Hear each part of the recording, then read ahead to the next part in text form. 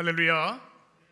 존귀하신 하나님의 크신 은혜와 평강이 주님을 예배하는 우리 모든 성도들에게 함께 하시기를 축원합니다. 은혜로운 찬양으로 또 하나님께 영광 올려드리게 돼서 참 기쁩니다.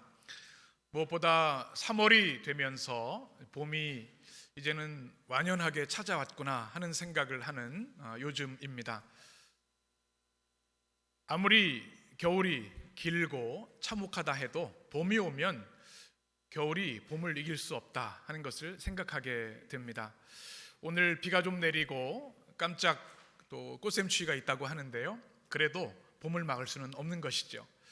저는 새싹을 참 좋아합니다. 그래서 얼어붙었던 땅에 싹이 돋아나는 것들을 보면 사진을 찍을 수밖에 없습니다. 또 사진을 몇 장 찍어 보았는데요, 이게 한 열흘 전에 찍은 사진입니다. 푸릇한 것이 보이지 않지요? 그러다가 이제 지난주 교회 주변 또 마을을 다니면서 보니까 이 싹들이 꽃들이 피기 시작을 했습니다. 참 아름답지요. 우리 교회의 모습입니다. 어제 찍은 사진들입니다. 저는 풀들을 참 좋아해요. 민들레도 참 좋아하는데요, 풀들, 꽃들, 꽃망울 활짝 피는 것도 아름다운데 이제 막 꽃망울이 지는 것이 얼마나 예쁘고 좋은지요. 우리 남선교회에서 어제 전지 작업도 좀 해주셨고요, 또 화분, 또 꽃들도 새로 작업을 해주셨습니다. 이제 완연한 봄이 우리 교회도 찾아왔습니다. 우리 또 사진들을 보시면 우리 유치부실도 어제 또 단장을 새 단장을 해서 예쁘게 꾸며졌고, 우리 교회 새싹이죠. 기도 의자가 있습니다. 여기 아이들 기도 의자 예쁘죠. 이렇게 또 우리 선생님들이 수고해 주셔서 아름다운 토요일 또 주일을 준비하는 참 좋은 은혜의 날이었습니다. 제가 어제 찍은 사진, 이제 해림교회에서 이렇게 목회하다 보니까 사진 작가가 다 된 것 같아요.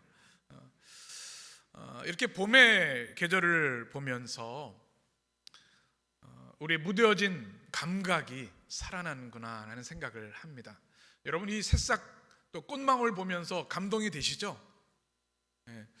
뭔가 감격이 없고 감동이 없으면 진단해 보셔야 합니다. 내가 너무 메마른 사람으로 사는 것은 아닌가. 제가 늘 이야기하는 것, 우리 주님을 믿는 사람들은 이 한정된 100여 년의 시간 속을 살아가면서 영원을 바라보는 사람들이 되어야 되는데, 그러기 위해서는 시인의 감성과 영성이 우리 가운데 있어야 합니다. 시인들은 모래 한 톨에서 우주를 창조하신 하나님의 섭리를 봅니다. 꽃, 또 들꽃 하나 그 안에서 하나님의 섬세하신 손길을 우리가 보면서 찬양하게 되는 거죠. 사순절이 어떤 절기입니까? 사순절은 눈 뜨는 절기입니다. 우리의 어두운 눈이 주의 성령과 말씀으로 활짝 열리는 절기가 사순절기입니다. 생명의 신비, 하나님의 창조의 경이를 발견하는 절기가 바로 사순절이고, 그 십자가의 은혜가 우리의 무딘 심령을 사랑으로 녹여주시는 절기가 사순절입니다. 여러분, 사순절 어떻게 지내고 계십니까? 여러분, 금식하고 계시죠? 금식은 담임 목사님만 하시면 충분합니다. 이런 분은 안 계시겠죠? 우리가 금식 기도가 참 중요한 영성 전통입니다. 하루 한 끼 금식 이 고난 산후신절 여러분 하실 수 있었으면 좋겠어요. 건강에 이상 있는 분들은 하시면 안 되고요. 참 좋은 영적 훈련이 되실 겁니다. 그리고 여러분, 이 사순절기에 뭔가 우리 영적 패턴이 바뀌어야 되지 않겠습니까? 여러분, 예배상 다 가지고 계시죠? 없으신 분들은 오늘 꼭 목양실에 우리 목회실에 얘기하셔서 가져가셔서 우리 집 작은 교회 만들기 동참하시면 좋겠습니다. 여러분, 성경을 하루에 5분이라도 꼭 읽으셨으면 좋겠습니다. 누가 크리스찬입니까? 성경을 매일 읽는 사람들이 크리스찬입니다. 기도 여러 가지 멋있는 기도 하지 않으셔도 됩니다. 우리의 마음을 다 주님께 고백하면 충분합니다. 우리 이종선 권사님께서 성경을 필사하십니다. 제가 사진을 찍어 놓았는데 한번 보여주시면요, 이 어르신께서 성경 전체를 필사하시고 또 이제 시작하십니다. 이 사순절기에도 매일 저보다 글씨를 한 100번은 잘 쓰시는 것 같아요. 성경 말씀을 이렇게 쓰시는 모습 보면서 참 존경스러운 마음, 성경을 읽고 쓰면서 주님의 말씀을 마음에 새기는 모습이 얼마나 감동이 되는지요. 성경을 필사하는 것 너무나 좋은 영적인 훈련입니다. 그리고 우리가 기도할 때 제가 말씀드린 것처럼 하나님 영의 눈이 열려지기를 원합니다. 보지 못한 것들을 보기를 원합니다. 다 죽은 것 같던 그 땅에 생명이 꽃피는 것처럼 우리의 심령에도 주님의 사랑과 십자가로 다시 살아나게 하여 주옵소서. 여러분의 기도가 되셨으면 좋겠습니다. 제가 요즘 사순절을 맞아서 읽는 책이 있습니다. 세계적인 신약학자 톰 라이트라는 분이 쓰신 책인데요, 혁명의 십자가, 대속의 십자가라는 책입니다. 이 신약학자는 십자가가 혁명의 십자가라고, 우주적, 역사적 혁명의 십자가, 그 이전과 그 이후를 완전히 변화시킨 복음의 정수라고 이야기하고 있습니다. 오늘 말씀을 통해서 또 우리 사순절을 통해서 그 주님의 십자가를 더 뜨겁게 사랑하고 새로운 눈으로 볼 수 있었으면 좋겠습니다. 우리는 요한계시록 7교회에 주신 주님의 말씀을 나누고 있습니다. 지난주에 우리는 에베소 교회에 주시는 말씀을 들었습니다. 에베소 교회는 어떤 교회였습니까? 땀 흘려 일하는 교회였습니다. 진리를 사수하는 정통교회였습니다. 견디며 인내하며 게으르지 않은 정말 아름답고 좋은 교회였습니다. 그런데 주님이 책망하셨죠. 무엇을 버렸노라? 너희 처음 사랑을 버렸노라. 내가 회개하고 돌이키지 않으면 내 촛대를 옮기리라, 주님이 말씀하셨습니다. 그러나 이기는 자에게는 주님께서 상급을 약속해 주셨습니다. 바로 이 에베소 교회는 우리에게 사랑에 대해서 물으시는 겁니다. 너희가 지금 사랑의 심장을 가지고 살고 있는가? 그리스도의 사랑으로 살아가고 있는가를 묻는 말씀입니다. 오늘 우리가 나누는 서머나 교회의 말씀은 고난에 대한 질문을 우리에게 던집니다. 너는 그리스도의 고난과 십자가에 참여하는 삶을 살고 있는가? 이렇게 물으십니다. 이 서머나 교회는 우리에게 주시는 은혜의 말씀이 있는데, 먼저 서머나라는 지역을 좀 이해할 필요가 있습니다. 서머나는 지금의 터키의 이즈미르라고 하는 도시입니다. 아주 아름다운 항구 도시이지요. 또 여행을 좋아하는 분들은 아주 여행자들이 사랑하는 아름다운 또 환경을 가진 도시입니다. 나중에 우리 성지순례를 하면 터키를 가면 꼭 들려야 되는 곳인데요, 참 아름다운 도시이지요. 그런데 이 고대 유적들이 많이 있습니다. 아고라라고 하는 지역이지요. 또 사진을 넘겨주시면 지금의 현대의 모습 이렇게 되어 있고요. 이 고대 모습을 보게 되면 이 이즈미르는, 이 서머나는 여러 가지 상업이 번성한 그런 지역이었습니다. 특별히 문학이 발전된, 우리가 알고 있는 호메로스라고 하는 시인을 아시죠? 일리아스와 오디세이아를 쓴 모든 어떤 고전 문학의 원천이 된다고 하는 이 호메로스의 고향이 바로 이 서머나입니다. 그리고 서머나는 포도가 아주 유명했습니다. 그래서 포도주로 유명해서 그곳에 신전이 있었는데 뭐가 있었을까요? 이것이 이제 신전인데 디오니소스라고 하는 술의 신이죠. 그리스 신화에 나오는, 로마에서는 바쿠스라는 말. 그래서 이 술이 많은 세속 도시였습니다. 또 이곳에는 로마의 여신도 있었고 황제 티베리우스 신전이 있었습니다. 그러니 이 모습을 딱 보면 이 황제 숭배가 굉장히 강한 곳이구나, 또 우상 숭배가 강한 곳이구나, 상업적으로 세속화된 도시구나, 이것을 우리가 예측할 수가 있습니다. 그런 이 도시의 서머나에 사도 바울이 제3차 선교 여행을 통해서 이 서머나에 교회가 생기게 됩니다. 한 사람이 주님을 영접해서 세례를 받음으로 교회가 시작하고 또 한 사람 시작됩니다. 사도 바울이 에베소에서 목회를 할 때 이곳에 복음을 전하게 되었고 교회가 생겨난 것이죠. 에베소 교회가 굉장한 교회였는데 이 서머나 교회도 참 좋은 교회였습니다. 특별히 이 서머나 교회는 감독님들이 유명합니다. 이 목사님들 중에 그 지역 교회를 치리하고 이끌어가는 것을 감독 목사님, 비숍이라고 얘기를 하는데요. 그 유명한 감독들이 있었습니다. 로마서 16장을 보시면 그 성경에 나와 있는데요, 16장을 같이 보겠습니다. 10절에 보면 그리스도 안에서 인정함을 받은 누구요? 아벨레, 이 사람이 서머나 교회 초대 감독이었습니다. 주님께 인정받은 종이니 얼마나 대단한 종입니까? 2대 감독은 버코루스라고 하는 감독이었습니다. 그런데 이분이 서문화 교회를 목회할 때 바로 반모섬에서 사도 요한이 이 요한계시록을 보내게 된 것이죠. 그러니 이 세속 도시, 우상의 도시, 또 황제 숭배가 흉흉한 곳에서도 믿음을 지키며 교회를 든든히 세웠던 훌륭한 교회인 것을 우리가 알게 됩니다. 오늘 8절 말씀을 보게 되면 바로 이 교회의 주님이 말씀하십니다. 우리 같이 8절을 읽겠습니다. 서문화 교회 사자에게 편지하라. 처음이며 마지막이며 죽었다가 살아나신 이가 이르시되. 아멘. 에베소 교회와 동일하게 먼저 말씀하시기 전에 말씀하시는 주님이 어떤 분이신지 그리스도의 칭호를 우리에게 말씀해 주고 계시죠. 처음은 나는 처음이며 마지막이다. 주님의 칭호가 뭐예요? 처음이며 마지막이다. 알파와 오메가다. 이것은 예수 그리스도의 신성과 절대 주권을 말합니다. 시작하시는 분도 주님이시고 진행하시는 분도, 결말을 지으시는 분도 주님이시라고 하는 절대 주권자이심을 주님이 말씀하고 계십니다. 우리가 이 말씀은 충분히 나눠요. 두 번째는 어떤 말씀입니까?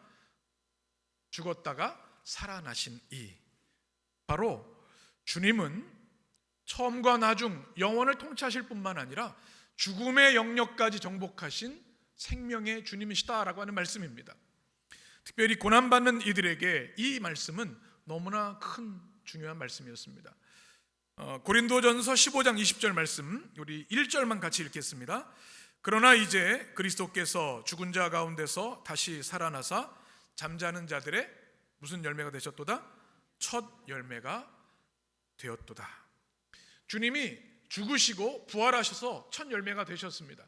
우리가 이미 설명한 것대로 주님의 부활을 인하여서 부활의 동질성과 연속성에 대한 말씀을 드렸습니다. 그래서 우리도 그 부활의 생명을 약속받은 백성이 된 것이죠. 내가 죽었다 살아난, 죽음을 정복한 참 하나님이다, 이 말씀을 하고 계신 겁니다.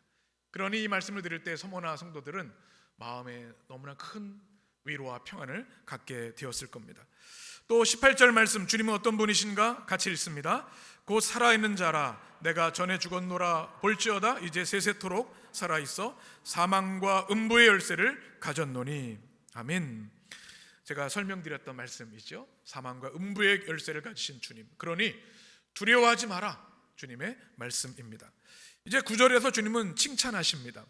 구체적인 칭찬의 내용이 9절에 나와 있는데요, 우리 같이 읽겠습니다. 내가 내 환난과 궁핍을 알거니 실상은 내가 부유한 자니라. 자칭 유대인이라 하는 자들의 비방도 알거니와 실상은 유대인이 아니요 사탄의 회당이라. 아멘. 주님이 먼저 칭찬을 하시는데요, 무엇을 칭찬하시는가? 내가 너희의 고난과 환난을 안다. 첫 번째 주님의 칭찬입니다. 여러분, 누군가 우리를 알아줄 때 우리는 참 감동하게 되지요.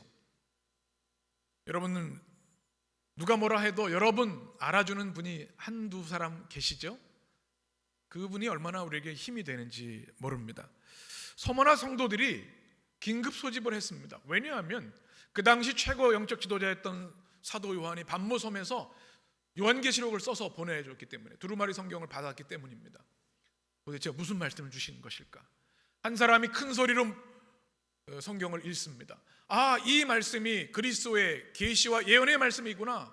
감사와 찬양을 올려드렸을 겁니다. 그러다 에베소 교회 이야기를 하신 다음에 서머나 교회 사자들에게 내가 말하노니, 아니 주님이 우리 교회를 기억하시다니. 막 그들은 큰 감동을 받았을 겁니다. 아, 첫 번째 칭찬은요, 주님이 아신다는 말씀입니다.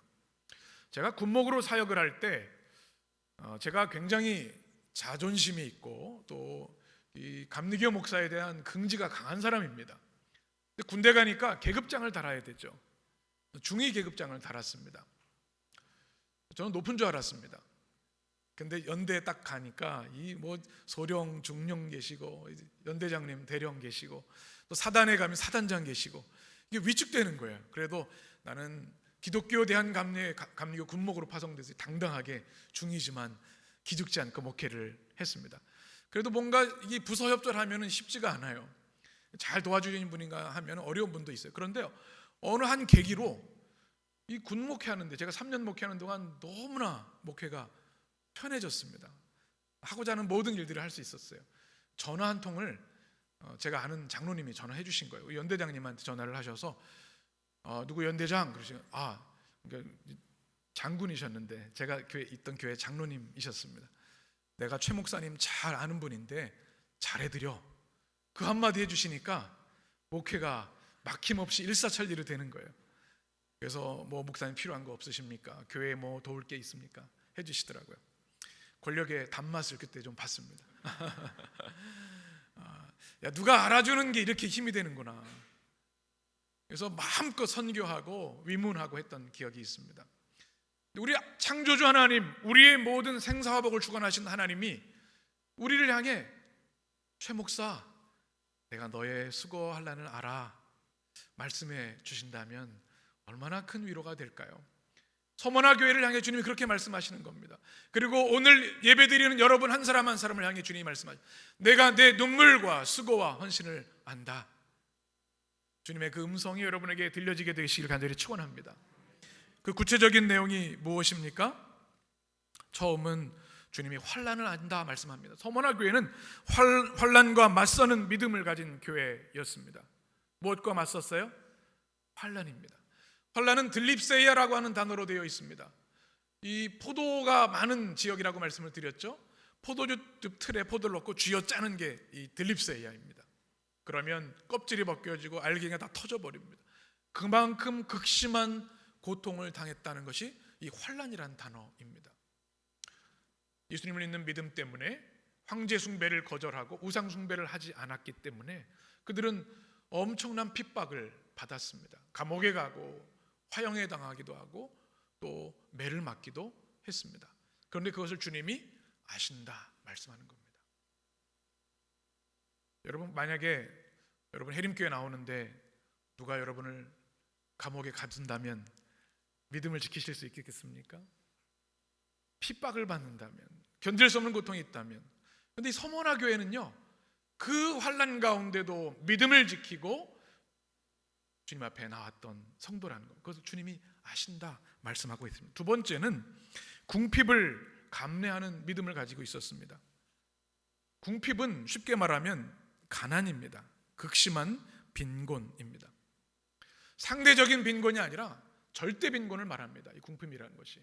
이 고대 사회에서 특별히 서머나 지역에서 경제 활동을 하려면 무역조합, 길드라고 하죠. 거기 들어가야 했습니다. 근데 서머나 교회 성도들은 그곳에 들어갈 수가 없었어요. 왜냐하면 그 길드에 가입하는 순간 로마 황제에게 숭배를 해야 했고 온갖 다른 우상에게 절해야 했기 때문에, 주님을 믿는 믿음을 포기할 수 없었기 때문에 길드에 들어갈 수 없는 겁니다. 매대를 얻을 수가 없습니다. 장사를 할 수 없어요.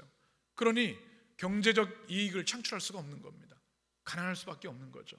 직장에서 쫓겨납니다. 그러면 부양가족들이 어떻게 되겠습니까? 아버지가 믿음 때문에 감옥에 갇힙니다. 그 가족들을 어떻게 할 겁니까? 절대 빈곤이 이 궁핍이라는 단어입니다. 그런데 그럼에도 불구하고 믿음을 지키고 주님께 헌신했던 사람들이 서머나 교회입니다. 오늘 성경은 또 우리에게 얘기를 합니다. 만약 누구누구 집사, 누구누구 권사, 내가 예수 믿는 것 때문에, 나 믿는 것 때문에 감옥에 너희가 직장에서 쫓겨난다고 한다면 절대 가난을 맞을 수밖에 없다면 너 믿음을 지킬 수 있겠어? 이렇게 말씀하시죠. 서머나 교회는 그 고난을 감내하며 주님을 위한 것이기에 감당해냈습니다. 세 번째는 비방을 이겨내는 믿음이 서머나 교회에 있었습니다. 내가 받는 비방을 안다. 9절 말씀을 보면 자칭 유대인이라 하는 자들의 비방도 알거니와 실상은 유대인이 아니요 무엇이라? 사탄의 회당이다. AD 70년경에 예루살렘이 함락되게 되었습니다. 그래서 유대인들이 이 서머나 지역으로 많이 이주를 했습니다. 그리고 그룹을 만들어서 많은 힘을 가졌는데, 유대인들은 지금도 마찬가지인데요, 경제력이 대단합니다. 정치력이 대단했습니다. 로마 당국과 협력을 해서 그리스도의 교회를 엄청나게 핍박을 했습니다. 서머나 교회가 바로 그 고통을 당한 그것이 뭐냐면 비방이었습니다. 비방. 블레스피미라고 하는 단어입니다. 영어도 신성모독이라는 뜻을 가지고 있는 단어가 있습니다. 블레스피미라는 단어가 있습니다. 그래서 하나님께는 신성모독이고요, 사람에게는 악의적 거짓말, 악의적 소문을 내는 겁니다. 어떤 소문을 냈냐면 서머나 교회 사람들, 사람을 먹는 사람들 식인종이야, 이런 소문을 냈습니다. 왜 그랬을까요? 그들이 모일 때마다 성찬을 했거든요. 그리스도의 몸입니다, 그리스도의 피입니다. 그러니까 사람의 살과 피를 먹는다고 생각을 한 겁니다. 그리고 형제님, brother and sister 이렇게 부르잖아요. 그러니까 이 사람들은 가족 개념도 없는 사람들이다, 윤리적으로 문제가 있다, 악의적인 소문을 내는 겁니다. 여러분, 우리가 물리적으로 폭력을 당하는 것도 괴롭고 고통스러운 일인데요, 근거 없는 비방을 받는 것만큼 우리를 힘들게 하는 게 없습니다. 여러분 그런 경험 있으십니까? 잠이 안 옵니다. 생각이 끊이질 않습니다. 견디기가 어려워요. 그런데 이 유대인, 자칭 유대인이라는 사람들이 바로 서머나 교회 성도들에게 이렇게 악의적인 거짓말을 하고 소문을 내서 괴롭힌 겁니다. 여기엔 또 소송까지 하게 돼서 감옥에 가둔 일까지 했습니다. 그래서 그들은 자칭 유대인이라고 성경이 기록합니다. 왜 그럴까요? 실은 유대인이 아니라는 얘기입니다. 유대인이 누굽니까? 하나님의 선택받은 선민인데요, 더 이상 그들은 하나님의 약속에서 멀어진, 이제는 그 약속 받을 수 없는 사람이 됐다는 주님의 선언인 것이죠. 사단의 도당이다, 사탄의 도구가 되어서 그리스도의 교회를 핍박하는 자다, 주님이 말씀하고 있습니다. 여러분, 우리 그리스도인들이 하지 말아야 할 것 중에 많은 것이 있죠. 그 중에 하나가 남을 비방하는 겁니다. 중상모략을 해서는 안 되죠. 레위기 19장이 이렇게 말씀합니다. 같이 읽겠습니다. 너는 내 백성 중에 돌아다니며 사람을 비방하지 말며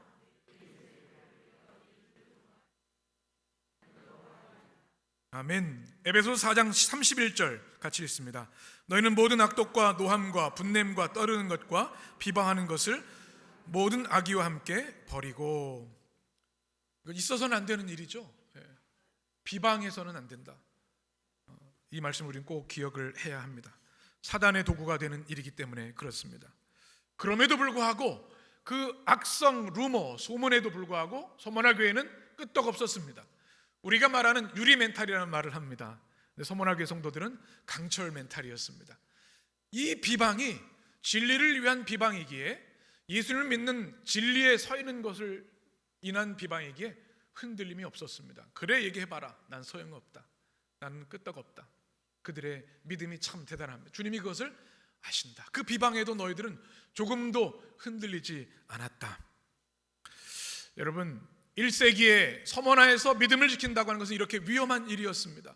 환난과 궁핍과 또 비방을 견뎌야 했는데요, 그들은 그것을 잘 견뎌냈습니다. 고통스럽고 어려운 일이지만. 그래서 주님이 내가 너희의 환난과 궁핍과 비방을 안다, 주님이 칭찬해 주셨습니다. 여러분, 주님을 위해 어떤 고통과 아픔을 당하고 계십니까? 주님이 다 아십니다. 사람은 보이는 것만 볼 수 있고 알지요. 교회에서 일하다 보면 보이지 않는 부분이 있음에도 불구하고 보이는 것이 전부인 것처럼 이야기할 때가 있어요. 결코 그러해서는 안 됩니다. 또 누가 알아주지 않아서 낙심할 때도 있어요. 그러나 누가 아세요? 주님이 아십니다. 그것이면 충분한 줄 믿습니다. 내가 너의 환난과 궁핍과 비방을 안다. 여러분, 주님께서 알아주심을 인하여 위로와 소망을 붙들게 되시길 간절히 축원합니다. 그리고 주님의 두 번째 칭찬은 실상은 내가 부유한 자다라고 말씀하고 있습니다. 절대 빈곤을 가지고 있지만 사실은 너희가 부유한 자다. 이 부유한 자라는 이야기가 영적으로 풍성한 자라는 뜻입니다. 말씀과 성령으로 충만한 사람들이라는 것입니다. 여러분, 세상을 보면 물질적으로는 천문학적인 돈을 가지고 있지만 그 영혼은 피폐하고 처참한 사람들이 얼마나 많은지 모릅니다.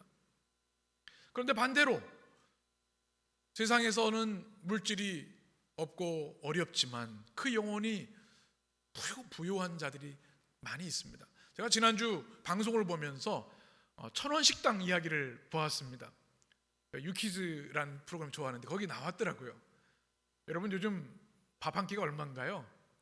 요즘 좀 10,000원 밑에 찾기가 어려운 시대가 됐는데요, 지금도 천원식당이 광주에 있대요. 한번 가보고 싶은데 교통비가 더 많이 들 것 같아서 못 가보겠어요. 이 어머니가 유언을 남기셨다가 이제 딸이 이어가는 겁니다. 그냥 공짜로 내면 미안해 하니까 1,000원을 받는 거예요. 그리고 그분들이 따뜻한 한 끼 식사하실 수 있도록 1,000원 식당을 지금도 하고 있다. 그래서 많은 분들이 쌀을 넣고 가고 고기도 주고 두부도 주고 해서 지금까지 그걸 해나가고 계신다고 하더라고요. 그런데 장사하면 할수록 적자라는 겁니다. 그런 마음이 들었습니다. 정말 이 사람이야말로 부유한 사람이구나. 그런데 이 마음의 부유함을 넘어서는 영적인 부유함은 더 크고 귀한 것입니다. 우리 안에 그리스도 예수가 살아계시기 때문에 우리는 그 무엇과도 비교할 수 없는, 측량할 수 없는 부유한 자인 줄 믿습니다. 오늘 고린도후서 4장이 이렇게 말씀합니다. 우리 4장 7절 같이 읽겠습니다. 우리가 이 보배를 질그릇에 가졌으니 이는 심히 큰 능력은 하나님께 있고 우리에게 있지 아니함을 알게 하려 함이라. 우리가 사방으로 우겨쌈을 당하여도 쌓이지 아니하며 답답한 일을 당하여도 낙심하지 아니하며. 아멘. 이 보배를 질그릇에 가졌다, 사도 바울이 고백합니다. 질그릇은 우리를 말하고요, 보배는 예수 그리스도입니다. 이 보배라는 단어가 보물이란 뜻입니다. 여러분 집에 다 다이아몬드 이런 거 다 금 이런 거 가지고 계시죠? 없으신가요? 네, 통장에만 있으신가요? 집에 뭔가 이 보물이 막 주먹만한 게 있으면 든든한 마음이 드시겠죠? 전 잘 모르겠어요. 그런데 그럴 것 같아요. 그런데 이 세상의 그 어떤 보석과 비교할 수 없는 가장 가치 있고 가장 고귀하고 값비싼 그 보물이 우리 안에 있는 거죠. 누구예요? 우리 주님 예수 그리스도이십니다. 그래서 우리는 부유한 자입니다. 고린도후서 6장 9절 10절, 우리가 맥체인 성경을 통해 오늘 읽었나요? 어제 읽었나요? 읽은 말씀입니다. 같이 읽겠습니다. 무명한 자 같으나 유명한 자요, 죽은 자 같으나 보라 우리가 살아있고, 근심하는 자 같으나 항상 기뻐하고, 아무것도 없는 자 같으나 모든 것을 가진 자로다. 아멘. 그렇죠. 우리가 보기에는 가진 것이 없어 보이지만 우리는 그리스도의 은혜로 모든 것을 가진 자인 줄 믿습니다. 바로 서문화 교회를 통해서 너희가 진짜 부자다, 이렇게 말씀하시는 거예요. 주님 보시기에 여러분을 향해 주님이 판단하십니다. 너 가진 게 많은 걸지 모르지만 너 영적으로 궁핍한 사람이야. 그런다면 얼마나 비극입니까? 그러나 주님께서 우리를 향해서 너야말로 서문화 교회 성도들처럼 부유한 자다 칭찬받는다면 얼마나 기쁜 일입니까? 주님께 부유한 자로 칭찬받는 성도들이 되시기를 축원합니다. 이제 주님은 서문화 교회 당부의 말씀을 우리에게 전하십니다. 10절 말씀 같이 읽습니다. 너는 장차 받을 고난을 두려워하지 말라. 볼지어다 마귀가 장차 너희 가운데에서 몇 사람을 옥에 던져 시험을 받게 하리니 너희가 10일 동안 환난을 받으리라. 내가 죽도록 충성하라. 그리하면 내가 생명의 관을 내게 주리라. 아멘. 주님은 두 가지 당부를 하시는데, 첫 번째는 장차 받을 고난을 어떻게 하라? 두려워하지 말라 말씀합니다. 이 고난 이 정도면 된 것 같은데, 환난과 궁핍과 또 비방이면 된 것, 또 고난이 온다고 주님이 말씀하세요. 우리 기독교 신앙은 고난을 피하는 신앙이 아니라 고난과 맞서 싸우는 신앙입니다. 고난이 찾아올 거라고 주님이 말씀하십니다. 그런데 두려워하지 말라고 말씀하십니다. 어떤 고난인가? 너희 중에 몇 명이 옥에 갇히게 될 것이다, 이렇게 말씀하고 계시죠. 실제로 이 말씀대로 이 서문화 교회는 많은 사람들이 투옥됩니다. 순교하는 일도 일어납니다. 그런데 그럼에도 불구하고 두려워하지 말라. 왜냐하면 그 환란이 얼마 동안 진행된다고요? 오늘 말씀 보니까 10일 동안. 이것은 그 당시에 쓰는 관용 어구였습니다. 우리말로 하면 얼마 걸려요? 하루 이틀이면 돼요. 이렇게 짧은 기간을 말합니다. 그것이 끝이 있다는 겁니다. 곧 끝날 것이다. 극심한 환란이 있지만 이제 곧 끝날 것이니 두려워하지 말라, 주님이 말씀하고 계신 거죠. 우리의 고난이 끝나지 않을 것 같아서 우리는 낙심하고 포기할 때가 있습니다. 그러나 길어야 10일 동안 끝날 것이다, 주님은 말씀하십니다. 여러분, 주님이 말씀하시는 말씀을 인하여 고난을 두려워하지 않은 성도들 되시기를 축원합니다. 두 번째 당부는 내가 죽도록 충성하라, 주님이 말씀하셨습니다. 여러분, 충성하는 게 참 중요한데요. 죽도록은 무슨 뜻일까요? 죽기까지 충성하라는 말씀입니다. 죽기까지. 그걸 예수님이 몸소 보여주셨죠. 우리가 사순절을 묵상하고 있습니다. 주님의 십자가 고난, 죽기까지 복종하셔서 우리를 위해 죽으셨습니다. 그것이 죽기까지 하신 충성입니다. 그래서 십자가에서 단 한 번의 완전한 희생제물이 되셔서 회개하고 주님을 영접하는 모든 이들에게 죄사함과 구원과 영생을 주신 것이죠. 주님의 죽기까지 충성이 있었기 때문에 우리가 구원과 영생을 누리는 겁니다. 그런데 이 서머나 교회를 향해서 죽기까지 충성하라 말씀하고 있습니다. 저는 의리를 중요시 여기는 목사입니다. 사람 사이에도 의리가 중요합니다. 의리를 저버리고 신의를 저버리면 너무 실망스럽습니다. 근데 더 중요한 게 있습니다. 주님과의 의리입니다. 주의리 이렇게 얘기를 하죠. 우리 성도님 가운데 주씨가 있으면 아들을 낳으면 주의리 하면 딱 좋을 것 같아요. 주님이 우리를 위해 십자가에 죽기까지 사랑해 주셨는데 우리는 너무나 쉽게 주님을 배반하고 주님을 떠나고 가슴을 아프게 하는 일이 얼마나 많은지요. 서머나 교회는 믿음을 잘 지킨 교회였는데 그들 향해서 죽기까지 충성하라 말씀합니다. 여러분, 우리가 주님을 섬기고 주님의 교회를 위해 충성하는데요, 충성하되 죽기까지 마음을 다하여 서머나 교회같이 섬기게 되기를 간절히 축원합니다. 고린도전서 4장에서 이렇게 말씀합니다. 사람이 마땅히 우리를 그리스도의 일꾼이요 하나님의 비밀을 맡은 자로 여길지어다. 그리고 맡은 자에게 구할 것은 무엇이라? 충성이다. 우리는 이미 감당할 수 없는 은혜를 받은 자들입니다. 그러하기에 주님을 위해 충성하는 것은 너무나 당연한 일이죠. 우리 모두가 주님께 충성할 수 있는 믿음의 성도들이 되기를 축원합니다. 그러면 약속을 하나 해주셨습니다. 너에게 뭘 주시겠다고요? 생명의 관을 주시겠다.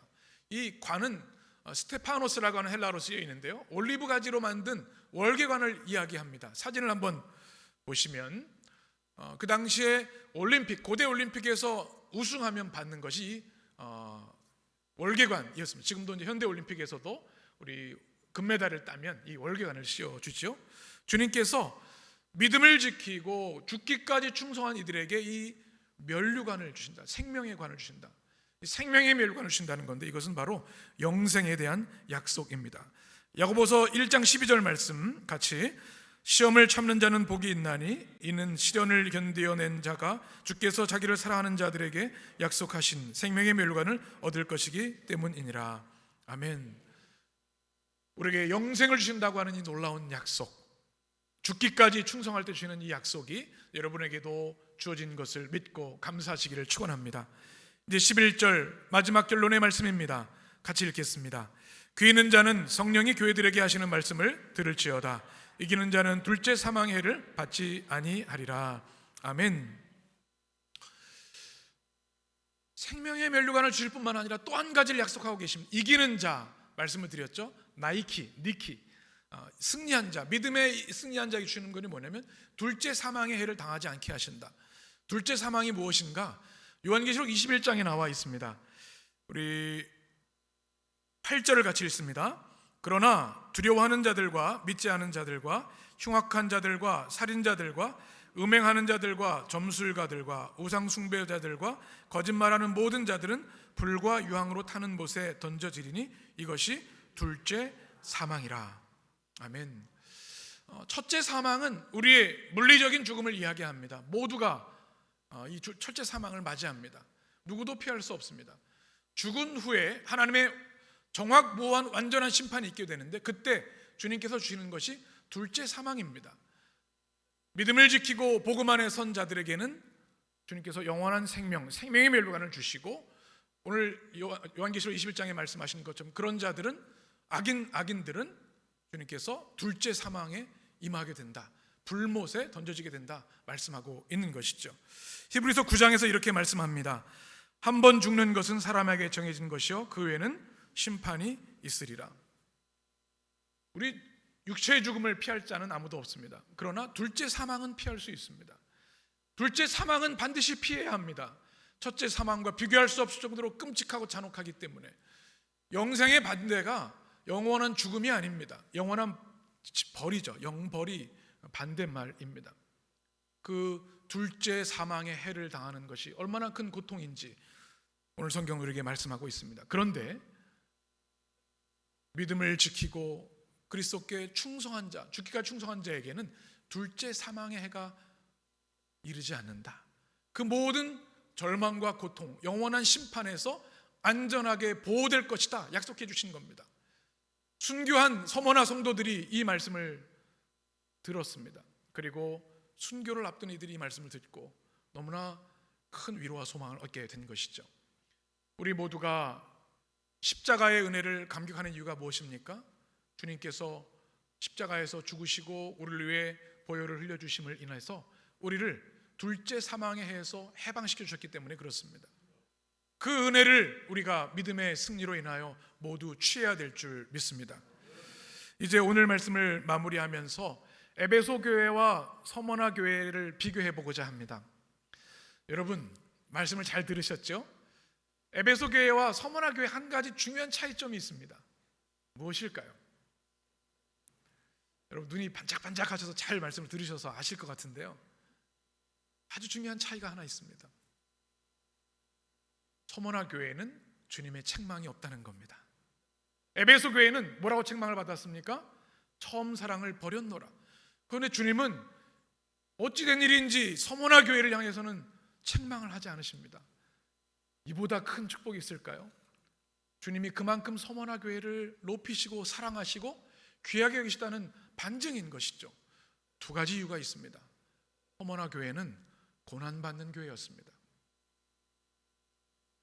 여러분 어떤 교회가 아름다운 교회일까요? 교회에도 우리가 잘못하면 인간의 욕심에 투영이 될 수가 있습니다. 교회가 더 커지기를 원하고 힘을 갖기를 원하는 교회들이 있습니다. 경계해야 합니다. 교회는 권력을 휘두르는 공동체가 되서는 안 됩니다. 이것이 가장 큰 교회의 유혹 중에 하나입니다. 그래서 교회를 더 크게 짓고 교인들을 자랑하고 우리 예산을 자랑하고, 물론 하나님께서 주시는 은혜와 축복은 분명히 있습니다. 감사할 일이죠. 그러나 그것이 목적이 된다면 그것은 교회를 할 수 없습니다. 주님은 그런 교회를 귀하다 말씀하지 않으시고 서머나 교회처럼 극도의 가난과 환난 중에도 그리스도의 고난을 외면하지 않고 고난에 참여하는 교회를 칭찬하시는 겁니다. 여러분 저는 담임 목사를 우리 성도들 위해서 늘 기도합니다. 성도들이 잘 되기를 원합니다. 사업도 잘 되시고 또 꿈이 이루어지기를 원하고 풍성한 경제적인 축복을 주셔서 주님 주시는 은혜를 누리기를 원합니다.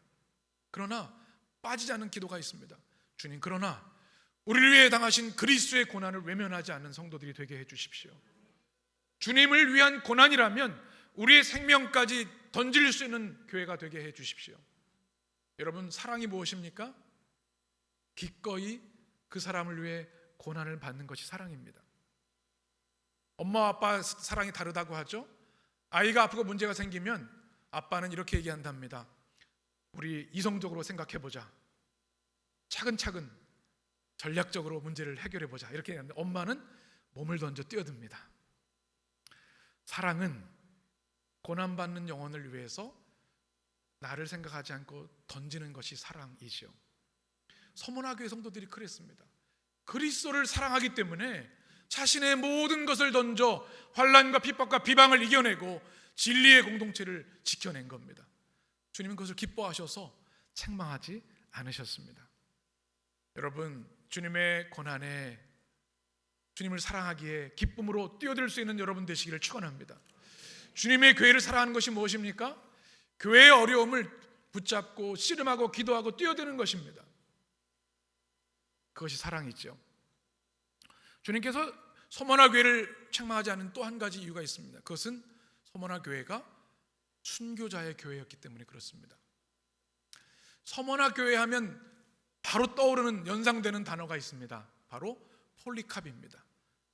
서머나 교회 제3대 감독이었던 폴리캅. 지금도 이곳에 가면 폴리캅 기념교회가 있습니다. 사도 요한의 제자였습니다. 그리고 교회를 위해 열심히 목회를 하는 목회자였습니다. 그런데 이도 황제 숭배, 우상 숭배를 거절했기 때문에 감옥에 갇히게 되고 화형에 처할 위기에 있었습니다. 그때 이 왕들이 서머나의 감독이었던 폴리캅에게 회유를 했습니다. 여보시오 요한, 한 번만 당신이 믿는 그리스도를 좀 부인하고 우리 황제 카이사르에게 황제가 나의 주님입니다 고백하면 살 텐데 한 번만 그렇게 하십시오. 일단 살아야 될 것 아닙니까? 그때 그가 한 유명한 말이 있습니다. 나는 크리스찬입니다. 나는 그리스도의 사람입니다. 나는 기독교인입니다. 86년 동안 나의 주님은 나를 한 번도 부인한 적이 없으신데 내가 어떻게 주님을 부인할 수 있겠습니까? 그리고 불에 던져지게 되는데요, 그는 그 화형당하는 자리에서 이렇게 얘기를 합니다. 황제시여, 지금 잠깐 불 붙었다 꺼지는 이 불을 저는 조금도 두려워하지 않습니다. 그러나 당신에게 임할 영원한 심판의 불을 나는 봅니다. 회개하십시오. 의연하고 담대한 그의 믿음은 지금 오늘의 그리스도인까지 그의 신앙이 전해지고 있습니다. 그리고 그는 순교당하면서 이런 기도를 남겼습니다. 하나님, 제가 이 연약한 제가 무엇이기에 순교자의 반열에 오르게 하십니까? 주님 감사합니다. 영광 올려드립니다. 아멘. 주 예수여 오시옵소서. 그리고 주님의 나라로 불림을 받았죠. 바로 이 교회가 서머나 교회입니다. 그리고 그 이후에도 많은 순교자들이 나왔습니다. 그러니 서머나 교회를 주님은 책망하지 않으신 거죠. 여러분, 이 시대에 우리가 예수님을 믿는다고 해서, 해림교회 나온다고 해서 감옥에 갇히지 않습니다. 화형에 당하지 않습니다. 어쩌면 너무나 안락하고 편안한 환경일지 모르겠습니다. 그러나 우리가 잊지 말아야 할 것, 우리의 마음의 심령에 순교자의 영성이 불타고 있어야 한다는 것입니다. 사실 우리는 매일매일 주님을 위해 죽습니다. 매일의 순교입니다. 이 사순절을 통해 우리는 십자가를 향해 가며 나의 자아와 나의 죄악과 탐욕을 죽입니다. 순교자의 영성으로 우리의 생명을 주님께 드리는 믿음이 우리 가운데 있어야 할 줄 믿습니다. 오늘 서머나 교회를 향해 주신 주님의 말씀은 우리에게 묻습니다. 너는 가난이 와도, 나 때문에 감옥에 갇혀도, 폴리캅처럼 순교를 당해도 나를 따를 수 있는가? 서머나 교회 성도들처럼 아멘, 주님만을 따릅니다. 저는 주님의 사람, 그리스도인입니다. 고백할 수 있게 되기를 간절히 축원합니다. 기도하겠습니다.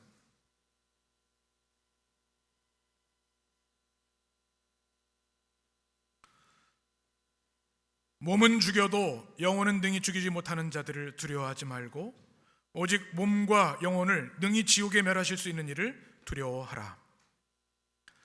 살아계신 하나님, 오늘 우리에게 주신 주님의 말씀을 우리 마음에 새기게 하시니 감사합니다. 우리는 힘들고 어려운 것을 피하고 싶어 합니다. 주님의 고난조차도 외면하기를 반복해 왔습니다. 오늘 서머나 교회를 향해 주신 주님의 말씀, 내가 너희의 환난과 궁핍과 비방을 안다. 너의 죽음과 순교를 안다.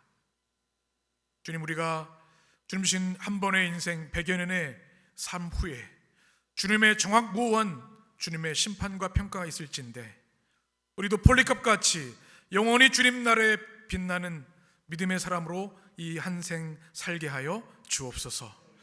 고난받기를 두려워하지 않게 하시고 주님의 고난이기에 그리스도의 남은 고난에 참여하는 주님의 교회 성도들 되게 하여 주옵소서. 폴리캅처럼 우리의 명예와 우리의 성공을 자랑하는 것이 아니라 순교자의 믿음을 자랑할 수 있는 우리 모두가 되게 하여 주셔서 교회의 생명과 거룩의 능력을 회복하는 우리 해림교회, 우리 성도들 되도록 인도하여 주옵소서. 그래 주님께 칭찬받고 책망받지 않는 거룩한 주의 백성들 되게 하여 주옵소서. 예수님의 이름으로 감사하며 기도합니다. 아멘.